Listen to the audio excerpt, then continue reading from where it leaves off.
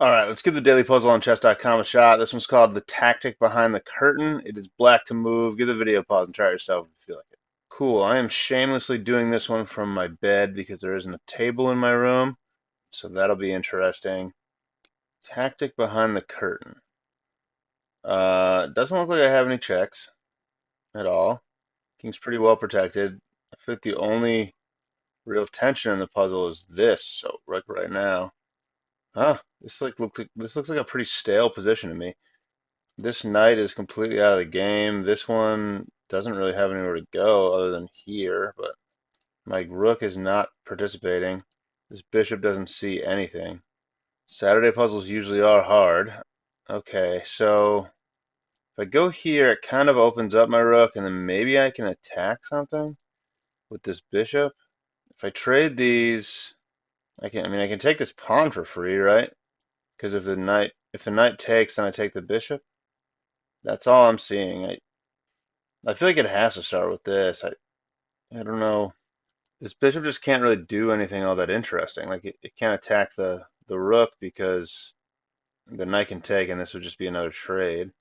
Am I just taking a pawn? I don't know how I'm gonna get away from this. I don't see anything else. Like unless my knight is like very slowly moving up the board, but feels like this has to happen. This is like the only move that looks like anything to me. I feel like there's no way there's a checkmate here. My pieces are just too far away, so it has to be this. Okay, and now I feel like I'm definitely moving my bishop, but I just don't. Am I just taking the pawn? Okay, that wins a pawn. That's a useful move. It's a tactic for sure. My knights are in like just really not very interesting positions. I feel like my rook is the only thing really threatening anything, and my bishop can't really move anywhere cool. Oh, maybe I can do this. No, the rook takes. I was thinking if the bishop took, then I could pin. Nah, but the rook is in a good spot there. All right, do I just take the pawn? I don't know. Like this wins a pawn. It seems like kind of a weird puzzle. Usually you're not just winning a pawn in these puzzles. Like now the bishop is on the same file as the knight. Is there anything interesting about that? If I go here, oh, maybe that's probably it actually. Okay.